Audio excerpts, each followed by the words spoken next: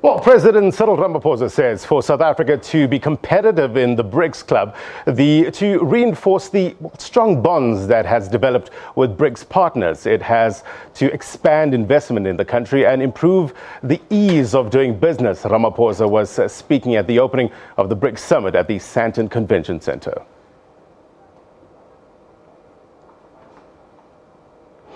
Now we'll go live to Sandton. Arabile Gumede is standing by. He's been, covering the story the whole day. Arabile, very good morning, very good evening to you. It's been a pretty busy day, a number of events happening at the 10th BRICS Summit. What's happening?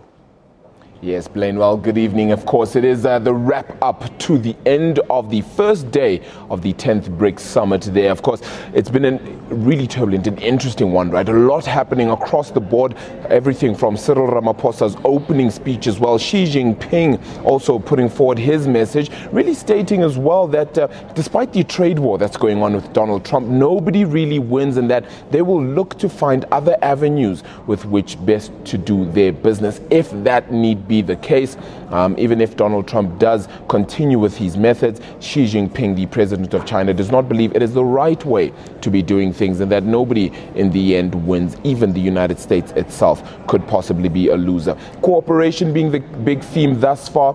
President Cyril Ramaphosa stating factually that South Africa in itself needs to make sure that it continues its partnership and that the BRICS nations do come together unilaterally and of course cohesively as well to form a really great bond at the same time as well. A lot has happened throughout the day, and a little bit earlier on I did manage to also speak to the Department of Trade and Industries, Rob Davies, the minister at the DTI as well, really just talking about the essence of what he expects to be the big issues he needs to face in his department. Of course, talking about trade as a big element for his department as well. One of the big things has been that trade war in itself. Just where exactly does it sit for South Africa? Of course, we've suffered collateral damage with regards to aluminium and steel prices. At the same time, we've suffered at the hands of perhaps vehicle exports, which may become a problem as well as Donald Trump doubles down on his trade war rhetoric. The minister himself, however, had this to say.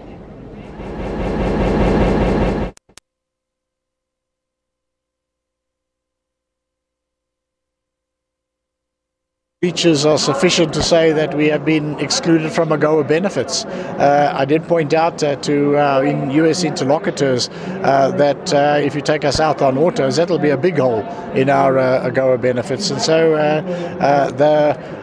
we are facing court action by people that say we should withdraw the concession on poultry that we made to keep in AGOA. We'll have to wait and see how that process unfolds. But I'm just saying that at this point in time, we are lobbying for a reversal of the tariffs on steel and aluminium and for them not to be applied on autos. The issue of the fourth industrial revolution and a new digital economy is quite very important for us.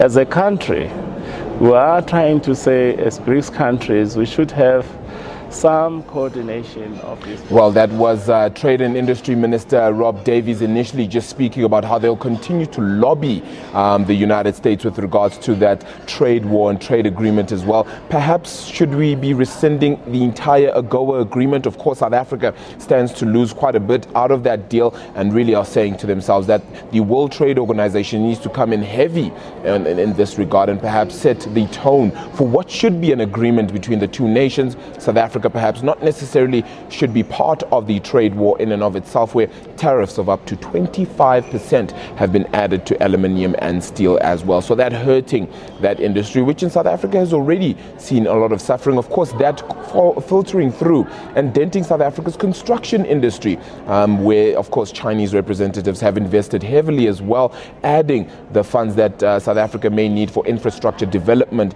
not just for now, but clearly into the future as well. You saw it moments ago and we'll continue to unpack that now. The digital economy was something that Telecoms Minister Siyabonga Cwele was speaking about as well. How do we take advantage of this cooperation in boosting the digital economy, as well as the discussion I had with him a little bit later? Let's get into that interview as well. The issue of the fourth industrial revolution and a new digital economy is quite very important for us. As a country, we are trying to say as BRICS countries we should have some coordination of this fourth industrial revolution and reporting to the head of states. We hope that that should be the outcome, and particularly under the presidency and the chairmanship of President Ramaphosa, to have a focused working group on the fourth industrial revolution by BRICS countries in cooperation, which is cutting across different departments. Secondly, we are hosting these BRICS ICT ministers in Durban later in September, following the ITU Telecom, where we'll be actually showcasing these future technologies, whether it's networks or the materials, and how this Internet of Things and the fourth, fifth generation networks and the new forms of manufacturing is going to roll out. Well, that was the Telecommunications Minister, Siyabonga Cwele, who I got to speak to as well a little bit earlier, divulging just how he sees that digital economy being played out and how we can take advantage, of course, of the summit to help aid that process in and of itself. A lot still set to come through from this summit as well. The message is clear: collaboration for inclusive growth and prosperity, of course, to be created in order to track forward and fast forward the fourth industrial revolution as well.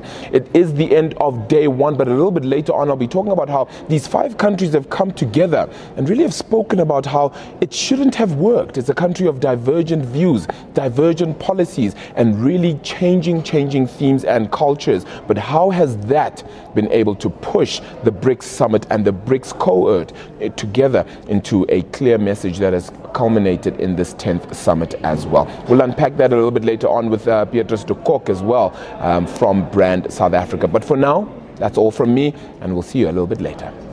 Arabile, thank you very much indeed. Great reporting. Arabile Gumede live for us in Sandton.